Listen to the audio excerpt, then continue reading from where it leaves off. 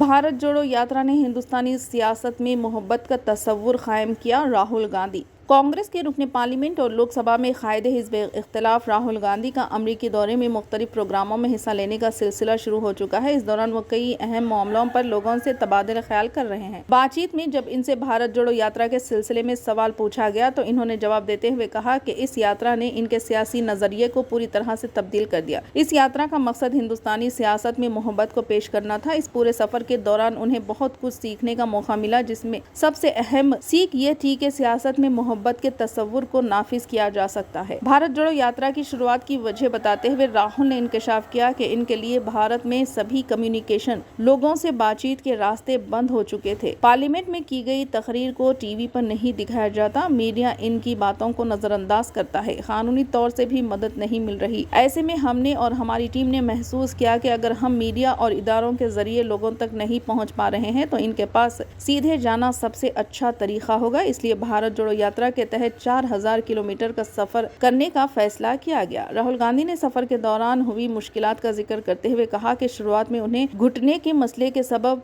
वक्त हुई और 3-4 दिनों तक उन्हें लगा कि उन्होंने ये क्या कर दिया, क्योंकि हर सुबह 10 किलोमीटर चलना था। लेकिन वक्त के साथ साथ यात्रा ने उनके काम करने के तरीके को पूरी तरह बदल दिया। इन्होंने कहा कि इस यात्रा ने इनके सियासी लोगों के तय नजरिए और कम्युनिकेशन के तरीके को भी तब्दील कर दिया।